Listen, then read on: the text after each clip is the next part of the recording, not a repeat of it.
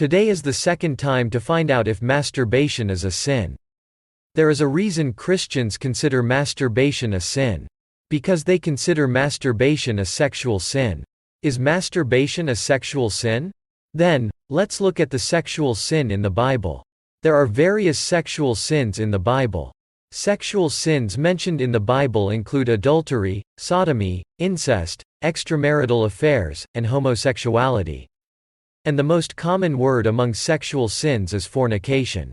The term also refers to the extramarital affair of a married woman or sexual intercourse with a prostitute. Adultery usually means an extramarital affair.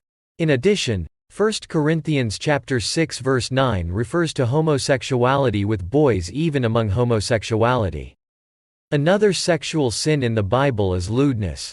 This means sexual debauchery. However, nowhere in the Old and New Testaments is there any mention of masturbation. Masturbation is not on the list of many sexual offenses mentioned in the Bible. Some will call masturbation a sin based on a few passages from the Bible. Let us consider the statements that support their assertion that masturbation is a sin. First, Genesis chapter 38 verses 8 to 10. In these words, Onan ejaculates in sex with her sister-in-law. Here, Onan's sin lies not in external ejaculation but in breaking God's command because of his selfishness. Onan did not practice the custom of levirate marriage.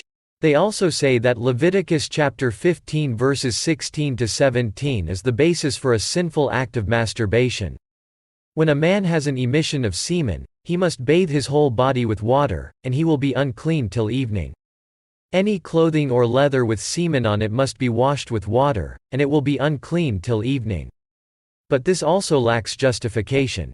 It is difficult to conclude that the emission of semen is the release of semen from masturbation. It is also because the issues dealt with in the text are conscious, not ethical. Now, the ceremonial law of the Old Testament times has no legal effect in the New Testament times, as was shown in Peter's vision. Any other biblical basis for asserting that masturbation is a sin has nothing to do with masturbation. So what about sexual desire in the New Testament? Let's read Matthew chapter 5 verse 28. But I tell you that anyone who looks at a woman lustfully has already committed adultery with her in his heart.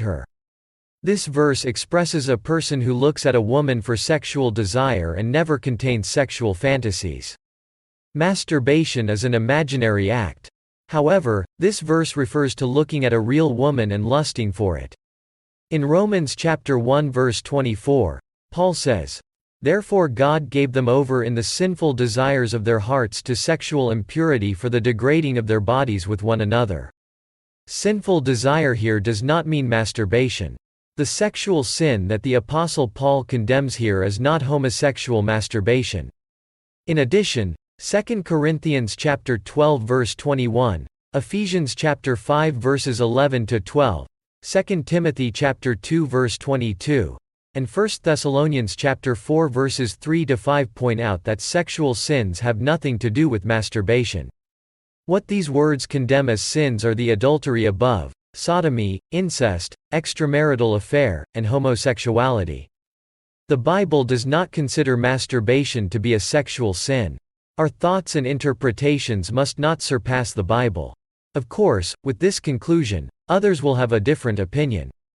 So, we will not end our discussion of masturbation here but study it in more depth.